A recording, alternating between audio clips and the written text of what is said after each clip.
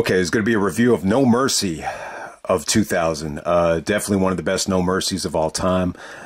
Great double main event. You know, I would definitely say the second best double main event of the year 2000. So we're going to go all the way back to October 22nd, 2000. This is from Albany, New York. The Pepsi Arena. They do about 14,000 in attendance. Phenomenal pay-per-view buy rate here. Did 550,000 buys. That's almost over 200,000 since No Mercy 1999. You know, No Mercy 99, that was the weakest of 99. That only did 327. So I would definitely say this. It's weird. A lot of people say like 1999 is the most successful year for WWF. But I think, like, when you look at the fall of 2000, I think, like, when you compare the fall of 99 to fall of 2000, you know, even if you're just judging it by numbers, I think by far, you know, that the fourth quarter of 2000 was a lot more successful than the fall of 99. I think at that time, you know, a year earlier, you know, they were going through a transitional time with, you know, Russo leaving the company, Jericho and Angle coming in, you know, Triple H as champion, you know, Austin, you know, going to get neck surgery. I just think, you know, transition-wise, I think, you know, I think at that time they were struggling a little bit, you know, to get things back on track. But I think by the time you get to No Mercy, I think, you know, the company was really booming. You know, you had Austin returning. You know, Triple H is, you know, the MVP, arguably, in his prime. You have Rock as champion. You know, Rock is on MTV. He's doing songs with Wyclef. You know, Chyna's on Playboy.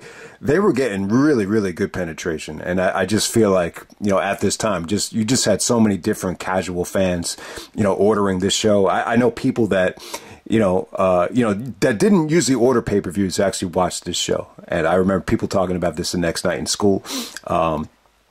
That normally didn't, you know, want to spend the money on these shows month after month. So bottom line is, very successful show. You know, did 550,000 buys. And it's really, really a unique show to debate. You know, so you have Rikishi turning heel and Austin making his return to the ring. I think that's why I got such a good buy rate, you know, more than anything. At the time, this is really the only pay-per-view of 2000 where, you know, Triple H got a lot of the fans behind him. You know, if this felt like Triple H is a babyface. I know, you know, people were huge Triple H fans in high school that really got behind him, you know, around this time. So, and then at the same time, I think Kurt Angle and The Rock, very attractive main event, very unpredictable main event, you know, at that time. So the first time Kurt Angle ever wins the championship. So huge show, historic show. I love the double main event. You know, the show as a whole from top to bottom, I wouldn't say it's the, you know, best pay-per-view of 2000. It's not the easiest pay-per-view to sit through. You know, there is, you know, I'm not going to say there's a lot of crap on here, but there's a lot of matches that, you know, are just really not that interesting until you get to the double main event. But yeah, kind of an interesting debate, you know, before we get to the review is, you know, what's the better match here? Is it Triple H Benoit or is it Angle Rock? So it's funny, man. Like, I always used to say it was Triple H Benoit, but it's funny, like Pro Wrestling Observer, they voted match of the night, Angle and Rock. So there you go with that. But I think you can make a case either way. I think it's a great double main event. Is it better than the fully loaded 2000, you know, double main event? I will probably say no, but it's pretty damn close. This is one of my favorite double main events, you know, ever. And, you know, I would definitely say, you know, I would give the nod to Triple H Benoit, but, and this is where I will pretty much say Triple H wrapped up the MVP of 2000. But I still think you can make a case, you know, especially like from a financial standpoint. Like, you know, Rock was, you know, the MVP of 2000. To me, like I always say, you know, Triple H gets the nod because of the stuff with Foley. You know, if you want to give Rock, the argument for giving Rock the MVP was he clicked better with Angle than Triple H did. But, you know, their best match was in 2001 with Rock and Angle. So, but I would definitely say, you know, the Triple H Foley stuff really kind of solidified, you know, Triple H is the MVP. I mean, both Triple H and Rock, they clicked really, really well with Benoit. So that's pretty much a wash. But if you were to ask me, I would say Triple H in the ring, and on the microphone as well. Just, you know, the total MVP package of the year 2000. This is Triple H's best year, you know, which is well documented. So I would always give Rock the MVP for 99. You know, a lot of people would say, you know, Austin was still the most over guy, but because Austin missed so much time in 99, I say, you know, give Rock MVP for 99. I'll give Triple H the MVP for 2000. But let me know what you guys think. What's the better match? Who would your choice be for MVP of 2000? And then we'll get going right here with the review. But yeah, let's get right down to it. So the video opens up with, you know, Austin looking for redemption against Rikishi. It came out that Rikishi's the one that ran over Austin, which, you know, JR was saying Rikishi was just miscast. It was the wrong guy. You know, they should have had somebody better in that spot. I don't know. I don't know who you could have put in that spot. You know, I would have loved to have seen it be Benoit. You know, I think that would have been huge for him. But the problem is it's a tough storyline to book because a lot of guys just weren't there at the time. So, you know, Rikishi just made all the sense in the world with the ties to Rock. Like he even said in the promo, he did it for the Rock. He did it for the people. But yeah, I think there's some positives to Rikishi being in that spot over than a guy like Steve Blackman. But we'll definitely get to that. So the opening match, we had the Dudley Boyz Invitational Tables match. You started off with Too Cool taking on Lowdown featuring D'Lo Brown. And, you know, the dude that he was out there with, I didn't recognize him. He looked like he could have been from the Headbangers, but they don't even have his name listed here. And then, you know, Tazz and Raven came out. So it was really cool to see Tazz and Raven go up against the Dudleys. You got some ECW throwback stuff there. And then right to Censor come out at the end, Godfather, Buchanan. So there's actually a ref bump, and he doesn't see the Dudleys powerbomb through the table. And then Godfather nails Bubba with a nasty-looking unprotected chair shot. And then you had another referee come down and restart the match. And then, you know, Devon and Bubba go over with the 3D. This was cool. I mean, every single match here in this Invitational was short and sweet. This would be a really, really fun match to watch at a party. Just a lot of fun. I can't say that it was great or it sucked. There were a little bit of botches here from Grandmaster Sexay. He actually kicked one of the tables and it broke by accident. That was probably the worst part of the match. But overall, I thought the match was a lot of fun. So let's move on to the next match. It's supposed to be the APA teaming up with Lita to take on TNA, Test and Albert, with the lovely Trish Stratus. So yeah, there's a backstage segment with Trish trying to motivate the guys in a bathroom. And then you had Test and Albert actually take out APA on Sunday Night Heat. Or right before the match actually started. They just take out Bradshaw and Farouk backstage. And then when Lita comes out, they gang up on Lita. And Trish is just bullying Lita. So Trish at the time still a heel, you know, still really ordering Test and Albert around. Then the Hardys come out and make the save. So the match just doesn't happen. It's a no contest. You just see the Hardys, you know, try to protect Lita. I guess they didn't want to do a rematch of Fully Loaded 2000 where they had the, you know, the intergender match with Lita and the Hardys taking on TNA. But yeah, so from there we got Chris Jericho taking on X-Pac. This is a steel cage match, and yeah, good stuff here, man. This is definitely the best, you know, Jericho and Pac match. And when we're talking about best singles matches that X-Pac ever had, I think it's got to be up there. You know, the only match I could think of that was better than this from Sean Waltman was the match against Sami Zayn. You know, El Generico and Chikara. I would definitely say that is really, really good. You know, it was a great nostalgia moment for X-Pac. He actually wrestled as the 1-2-3 kid there. But other than that, man, there's not a lot of singles matches that come to mind. The stuff with him and Owen was really good, but you know, the stuff with the Razor and 1-2-3 kid, that was more of a memorable moment than a great match. But yeah, Jericho and Pac wrestled a lot, you know, and it's funny, you know, Jericho was actually saying that, you know, when he came to the company, you know, he hadn't mastered the WWE style, and Vince just wasn't happy with the WCW, you know, Mexican style of matches that he was wrestling. So he told him, you know, X-Pac has to be like your babysitter, your mentor. Like after each and every match, I want you to go over it with X-Pac. So X-Pac was almost like his teacher. And then by this point, you know, Jericho was like excelling past X-Pac. That you could even hear it in Jericho's voice. Like he wanted to move on from this. He wanted to move on to bigger and better things. He said that, you know, X-Pac was outdated with the crotch chop. You know, just like Edge said later on that year that X-Pac was, you know, so 1998, you know, come join us in 2001. So you start to see a lot of the the negativity towards X-Pac come out here with the X-Pac heat, and he's still stuck in DX, he's still stuck in 1998. So this was just a nice way for Jericho to move on, and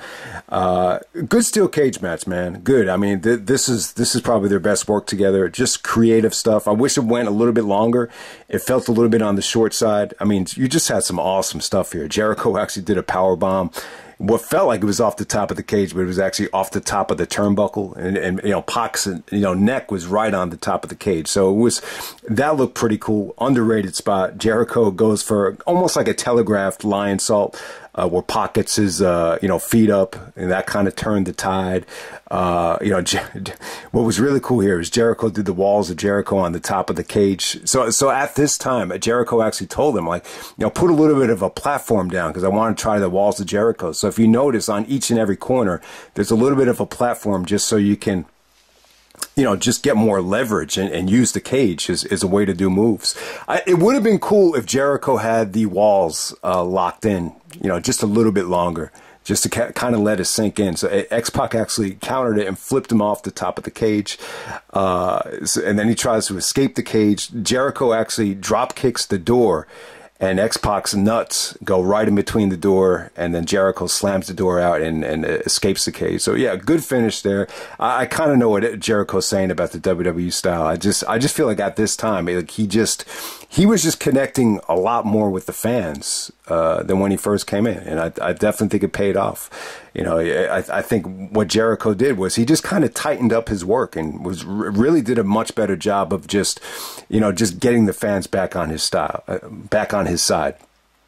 And in terms of what he was saying about WWE style, it just meant, it's more of a character-based style, getting the fans behind you. In some ways Jericho still thinks it's the best style, but in WCW, like, they kind of just did whatever style they wanted, whether it be Mexican, Japanese style. It was almost like a mix of everything. There was really no filter, especially with like the cruiserweights at the time. But yeah, but good match right there. I think this is the highlight of the undercard. I think this saved the undercard's ass. This probably would have been one of the weaker undercards of the year had it not been for this Jericho and Pac match. All right, next up we have the right to censor of Stevie Richards and Val Venis taking on Chyna and Billy Gunn. So Eddie Guerrero is actually hurt, so Billy Gunn's his replacement. At the time, they were saying Chyna was in Playboy, and if there's one guy that deserves to do Playgirl, it'd be Billy Gunn, because he's Mr. Ass. So Billy Gunn is recovering from the shoulder injury, as he alluded to in that promo with Edge during the King of the Ring coronation, why he couldn't enter the tournament in 2000. So yeah, like the right to censor is like really working over his shoulder, very methodical. Stevie Richards just does some basic, shoulder work with the submissions. So not a very interesting match. Chyna does, show off her offense. She's hot with Playboy, so they wanted to kind of protect Chyna here. The other right to censor guys come out. Then Eddie Guerrero comes out of nowhere and clocks Chyna with a bouquet of roses, and underneath it there's like a lead pipe in it. I think they did that spot earlier on in the year when they weren't getting along. I think they did that same spot at Judgment Day with Eddie with the bouquet of roses. So yeah, that cost him the match, and the right to censor dudes go over of Steven Richards and Val Venis. But not an interesting match. This is something that just could have been, anywhere except the pay-per-view for me. Like I didn't find it interesting, but this is the highlight of Chyna's life. She was on Howard Stern. She was promoting Playboy. It really is sad when you think about how quickly, things fell apart. It really is. In October 2001, she's on top of the world.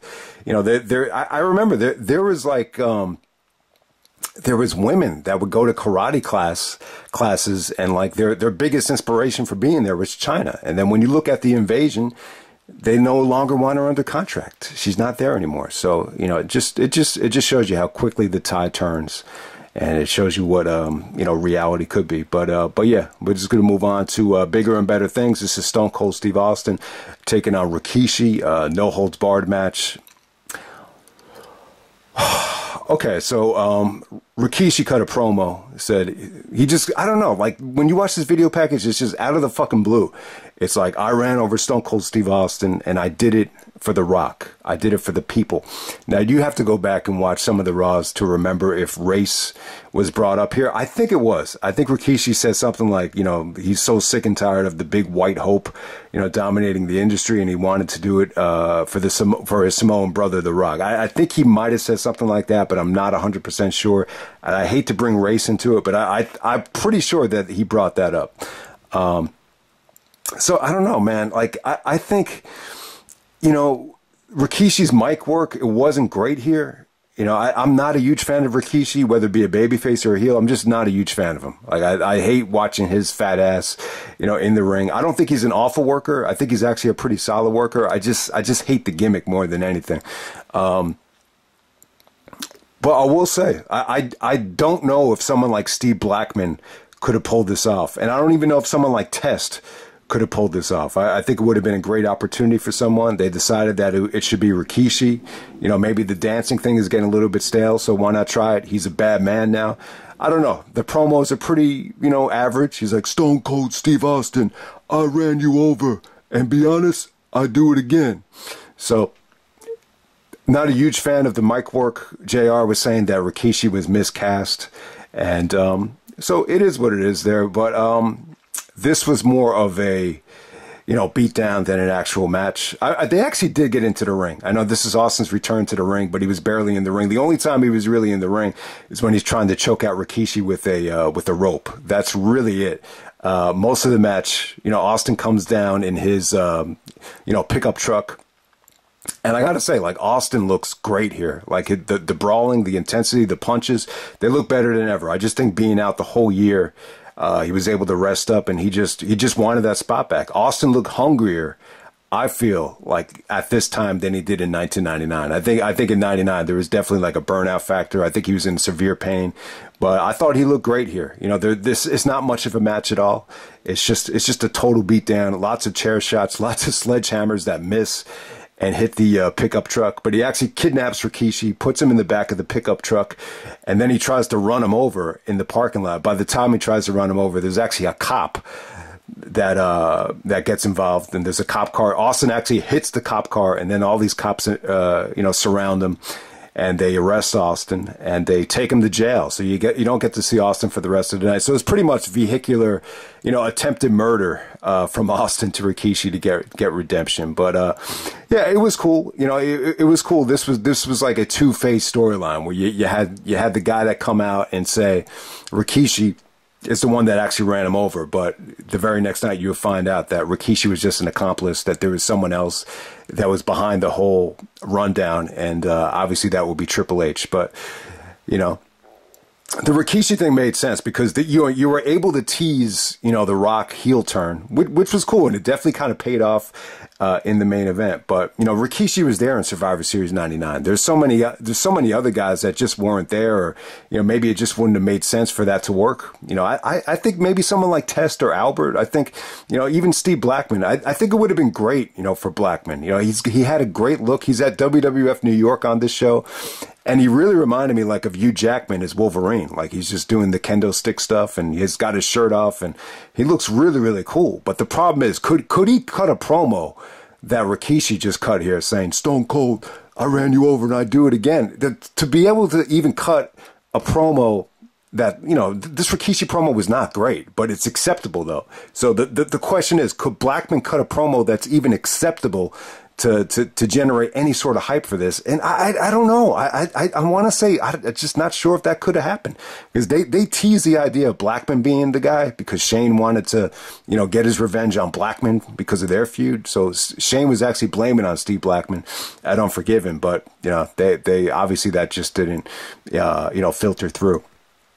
All right, so from there, we watered things down a little bit. You got William Regal coming out with the European Championship to take on Mideon.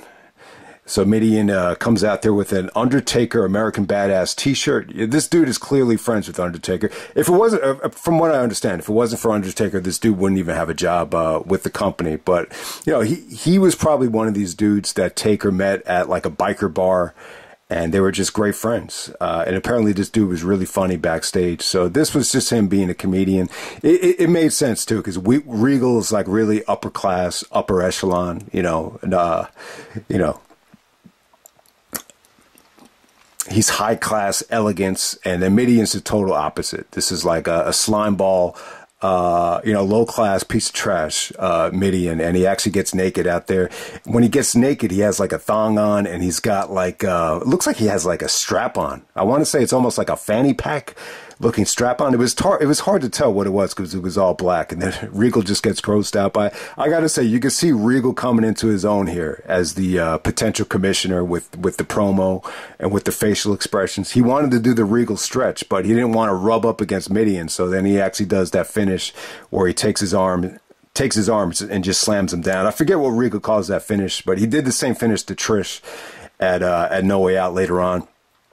But yeah, I mean, it was pretty entertaining. I mean, this is probably the weakest thing on the show. And I want to say that the crowd did pop, when Mideon got naked. I mean, they needed something to kind of lighten up the mood after the attempted murder. It's just tough to follow it up. And then we followed up with the Hardys actually taking on Los Conquistadores of Uno and Dos, better known as Edge and Christian. So Edge and Christian was funny as hell on this show. They were talking about how they were sick and they couldn't compete because there was something wrong with their nuts. And they were, and they did this segment with Lillian Garcia. They said, "You want to see our nuts? Our nuts are in bad shape." And then they take out all these walnuts, start just kind of throwing them around. So yeah, it was pretty funny. So they dress up as Los Conquistadores. Kevin Kelly tries doing an interview to them, and they're trying to pretend that they speak Spanish. The only thing that they can say is "sí, señor," and then they both say "arriba," to end the promo. So I thought that was pretty funny. But during the match, you could definitely tell it's Edge and Christian, especially Christian. Christian was doing all his signature moves, the springboard crossbody onto the outside, the inverted DDT, and then he actually wins the match with the Unprettier. The Hardys just looked confused during the match. They were more concerned with just trying to unmask Edge and Christian than anything. And once they did unmask him, they had another mask of protection, so they didn't even get to see him. And then, Matt basically takes his eye off the ball and gets the kill switch from Christian. And then Edge and Christian actually celebrate with Los Conquistadores, and they gave him a whole bunch of Coronas. And they're drinking, and then they say, "All right, you're going to give us a rematch tomorrow night on Raw." So this was cool. It was a nice little clever way of getting the belts on Edge and Christian without the Hardys, having the job back to Edge and Christian. So it was pretty cute, and it was really great for Edge and Christian. I just thought it was, this is just prime.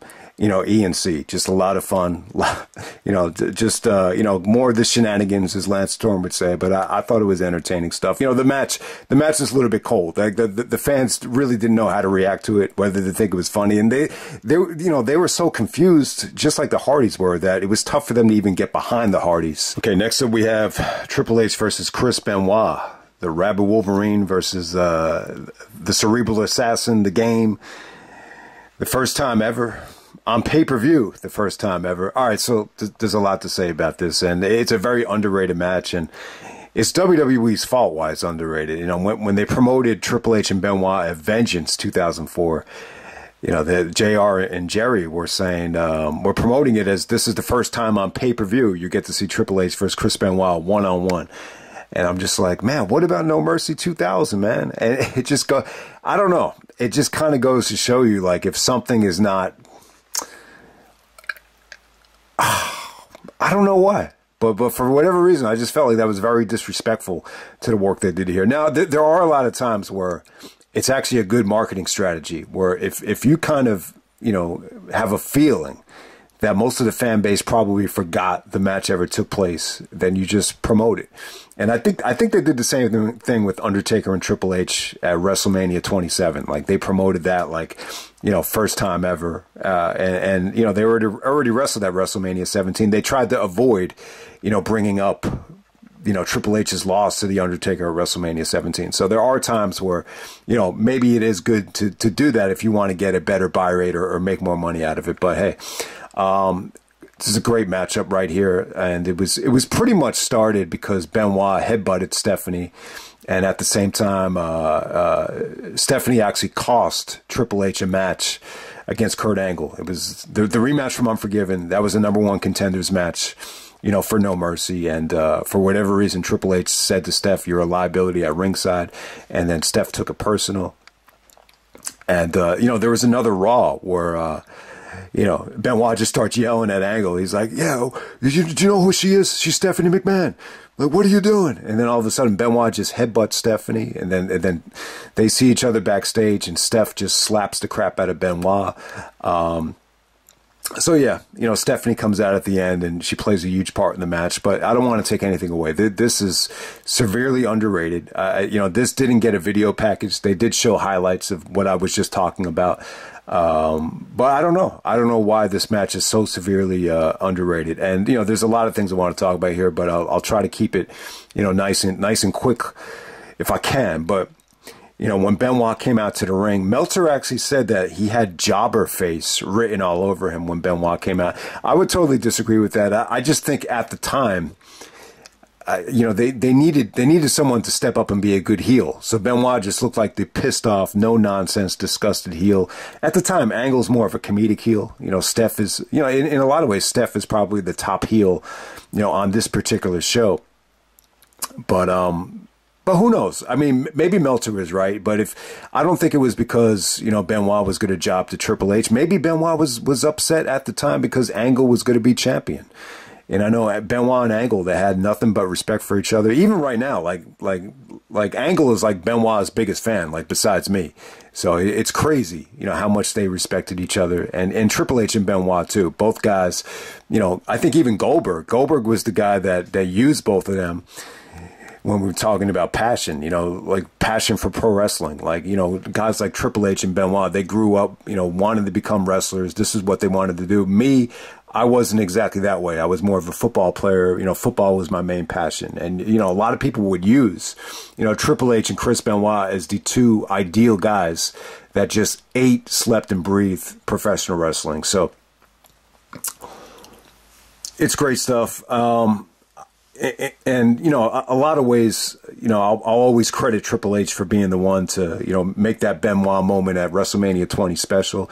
Triple H went on record as saying, he respected, Benoit's work more than anybody. And same thing with Benoit. Like he was very, Benoit was very, condoning of the relationship with Stephanie. Like, he thought it was really cool. And he even said on several occasions that, like, his dream opponent would be to wrestle Triple H just one-on-one at a main event of WrestleMania. So that's the bottom line. Both guys have tremendous respect for each other. And I thought this was just incredible. Like, from a technical standpoint, I was just blown away by it. This is like technical warfare. Like, from a technique standpoint, it probably is the best match of the year. Like, if you're just, judging it on just knowing what to do in the ring, technique, the selling from Triple H was great. They actually used this match as B-roll from when Triple H was talking shit to the Tough Enough kids. When he's like, what we do in this ring, we tell a story, but we tell it with our bodies. And they show clips of, Triple H delivering the inverted suplex to Benoit and all the selling that went into the match. So, it's great stuff. And, there are some people that are going to, shit on the match because of how it started. They took the approach of Triple H just trying to, outmaster Benoit, out-technique him, kind of get the upper hand on him. He does a drop toe hold, and then he does that Nature Boy Buddy Rogers, ankle spot where Triple H takes his own ankle and bends Benoit's ankle back, just like, Buddy Rogers used to do back in the day. And then he transitions into like a reverse, guillotine. What do you call it? Like that guillotine, dragon sleeper from the reverse angle. So just starting this match off, Triple H he just looked very dominant. He was just so much in control. And, Jerry on commentator was like, who's the best wrestler in the WWE? I think it's got to be Triple H. But, as the match progressed, Benoit was able to show off the whole arsenal. He was going to work on Triple H's arm to get him ready for the crossface. So when you're doing the crossface, you immobilize the arm, so it makes sense to work on the arm. So that's what Benoit did. He took him down by the arm and he put him in a hammerlock. Every single suplex Benoit did, he had the hammerlock locked in, as he suplexed him, and then he just delivered a series of just awesome dragon suplexes, and Triple H had to get his foot on the rope, and And Jerry Lawler's like, man, you had to get your foot on the rope for that. And then Jim Ross is like, that's a smart play where I come from. So he's like, yeah, but then Jerry's like, it's like an act of desperation. So the bottom line is, man, this was going great. Once again, that inverted suplex, that came out of nowhere. That looked really, really cool, from Triple H. So he was able just to show off how, well-versed of a technician he became. This is Triple H just, exploring the whole, repertoire, the whole arsenal here. And, I just thought it was great, man. Crowd reaction wise, this is probably the most, over Triple H was in 2000. Just a lot of the male fans were just chanting Triple H's name. Benoit got a little bit of heat though. Just didn't get much of a reaction when he came out. And, I think the Meltzer's mindset was that, Benoit had been crowned champion twice, and, maybe Benoit felt like he was deserving of being champion before Angle, and, didn't really feel comfortable with, doing yet again another job to Triple H. This is the second loss to Triple H. I think they had a match on SmackDown, earlier on in the year where Triple H beat him clean, which was, Benoit's first singles match. So, maybe it had something to do with it, but I don't know. Like, to me, like, the jobber face thing, very rarely, I mean, do you notice it? The total opposite of that would be Brett at Survivor Series 95, where he looks so happy that he actually gives away the finish, before the match with Diesel starts. So this will kind of be the opposite of that, where someone just looks a little bit, deflated or frustrated before the match starts. But I never noticed it until, Meltzer's the one that pointed it out. But there are certain situations where, a guy would be coming down to the ring and you could just tell, like, the guy's going to lose. But that's part of the art of wrestling. Can you disguise that, or can you prevent that from happening? So, the Stephanie interference, it's not ideal. This was going along so great that I would have preferred had Steph not got involved. But yeah, I mean, they really promoted the fact that the fans are really gravitating towards Triple H because, they felt bad for him because, Stephanie potentially cheating with Kurt Angle and, all the dirty laundry being aired with the marriage and everything. So it was cool. But, Steph, showed Triple H some footage before the match started. And it was of, Benoit just making him tap out in the crossface. And then all of a sudden, like, Triple H just started, like, smiling. And they didn't really show what he was smiling about. But my guess would be, like, when you're trying to set up the crossface, it left Benoit exposed, like, to a low blow. And so when Steph comes out there, she's distracting the referee, and when Benoit's trying to lock the crossface on, his nuts are exposed because he's just trying to get the arm down for the crossface, and then Triple H is able to hit the low blow. He's able to give Benoit the pedigree. I gotta say, man, Benoit took probably one of the best pedigrees ever here. He takes it nice and flat. A lot of guys, like, they'll put their hands down to protect themselves, and for a lot of pedigrees that, you've seen them come out like shit, but I thought Benoit probably took, one of the best pedigrees ever. So yeah, the ending stretch was pretty good. The counters of the pedigree into the crossface with Benoit fighting off the pedigree. I think everything about this match was just spot on. So Benoit in 2000, especially compared to Kurt, he was just a much better, technical wrestler.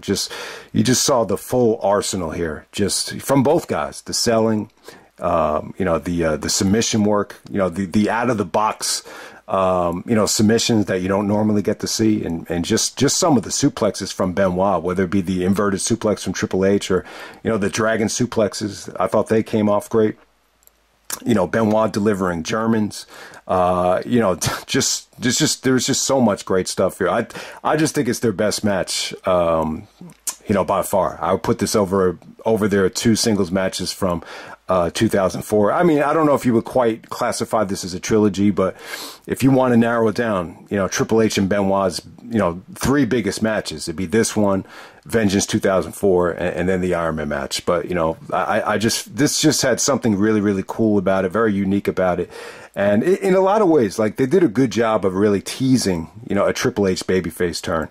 A lot of times when you want to set up that big heel turn, that big surprise, they needed to kind of, sprinkle in a little bit of that Triple H, babyface mix, and that's what they did here. This is the one of the rare few times in 2000 where Triple H is actually sucking up to the fans. Like, he was trying to get the fans to react before he was doing some of the Nature Boy Buddy Rogers, you know, submission work on the ankles. So that was pretty funny there. But we're going to move on to the main event for the WWF title. This is a no disqualification match. So this is another one of those no DQ matches where JR's like surprised. He's like, what? When was that added? So this is The Rock taking on Kurt Angle with Stephanie McMahon as his business partner. So Steph wanted to prove that she's not a liability at ringside, and then she can make Triple H jealous with just helping Kurt win the championship. So once again, you have Triple H telling Steph, like, if anything happens to you, like, this is going to be the end of Kurt Angle. So Triple H does interfere. Rikishi interferes. Stephanie gets involved a lot during the match. But I got to say, I think the match is really, really good. I think you could argue either way. This is a totally different match than the technical warfare that we just witnessed between Triple H and Benoit. This was just more of like an Attitude Era, you know, brawl. I mean, that it's as simple as that. But it was good. It was fast paced. It was entertaining. You know, the Rock looked really athletic. You know, they do some silly stuff out there with The Rock actually using his fat head before he hits Kurt Angle. That was pretty weird. And then they go back by the No Mercy Titantron and they do like a bunch of Irish whips. You know, Rock actually did a lot of, you know, heel teasing here. Yeah, he was very aggressive with the chair, using the chair to take out Kurt Angle's knee. And, you know, it kind of tied in with the stuff with Rikishi. So if you went into this match at the time, I think a lot of people were probably discussing on the internet, would The Rock potentially turn heel?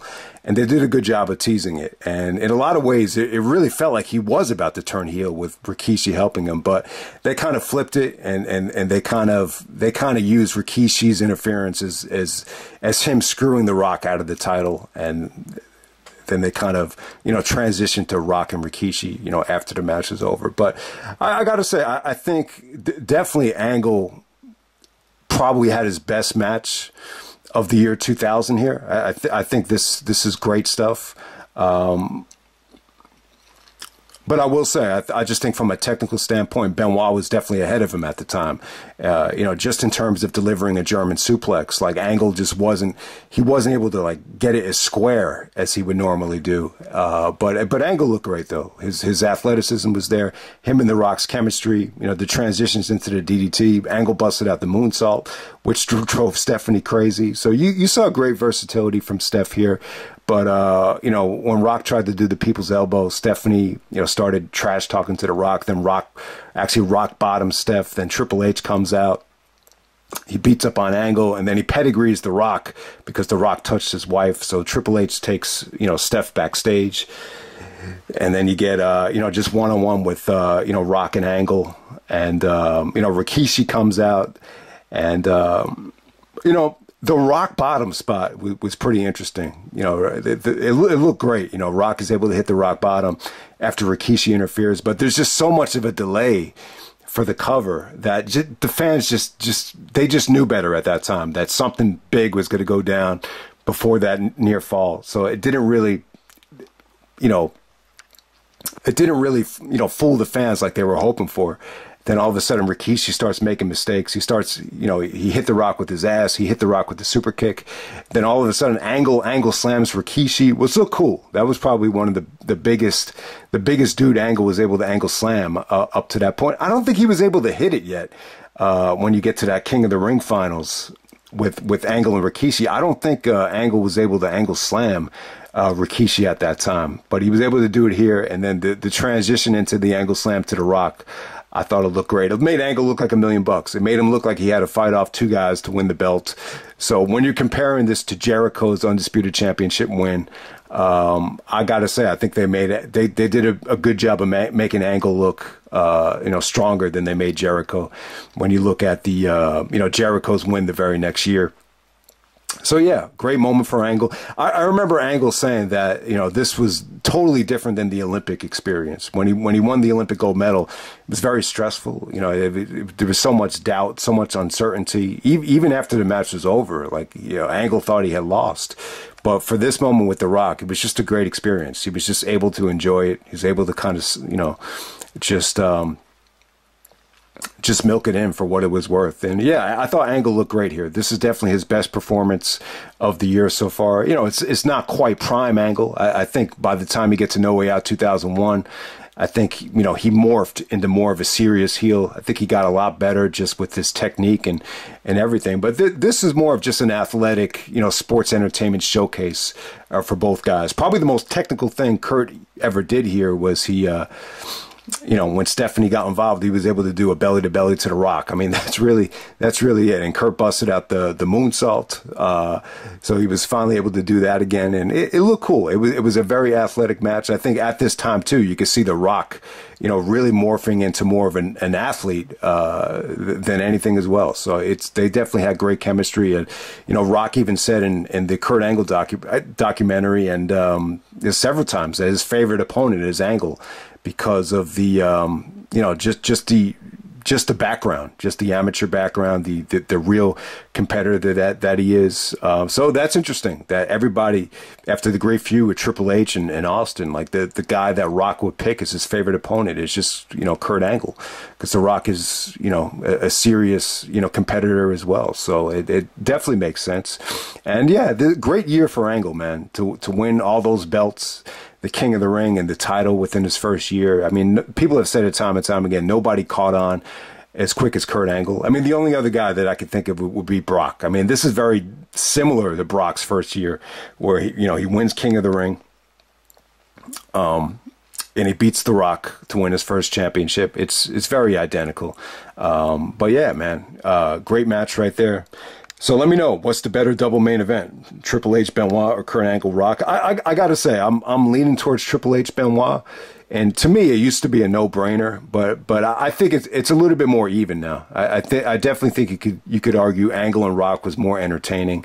But you know, from a technical standpoint, you can't argue with me like Triple H and Benoit. It's some of the best work that had been done all year, and they kind of go away from the WWE style. It just really felt like a mix of, you know, Japanese and NWA, you know, old school, and it came off great. So I love this double main event.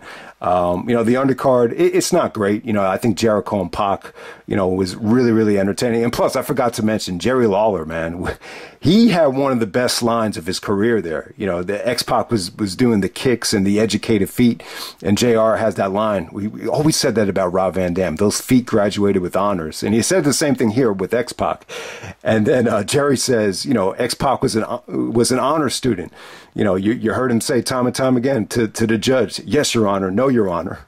And it's funny, and it was funny because, you know, X-Pac always reminded me of one of those kids at school that would just get in trouble or always go to the principal's office. Like that's who X-Pac reminds me of. So, but yeah, Jericho and X-Pac was, you know, a short little sweet cage match. But other than that, you know, I don't think a lot of people really cared, you know, for Rikishi, you know, being in that spot. But it was cool. You know, you finally get to see Austin in an actual match. It was a nice little beatdown. But yeah, it still created questions. You're still just waiting for more. You're still waiting to see Austin, you know, finally get back into the ring for good. And that's what you would start getting as you're building towards Survivor Series. So that's pretty much it, man. That's No Mercy of 2000. I would definitely say not the best pay-per-view of 2000. I wouldn't put this in the top 3, 4, or even 5, but it's definitely better than WrestleMania, definitely better than King of the Ring. I will put it above Unforgiven. Definitely will put it above Survivor Series. The double main event is just so strong here that it's definitely probably, you know, in contention for one of the better pay-per-views of 2000. It still is. Phenomenal buy rate. I think the company was really getting hot at the time. I think they recaptured the magic that they had, you know, in the 98-99 school year, for sure, by this point. So you haven't seen it yet, definitely check it out. No Mercy 2000, one of the best double main events ever, and I'm out.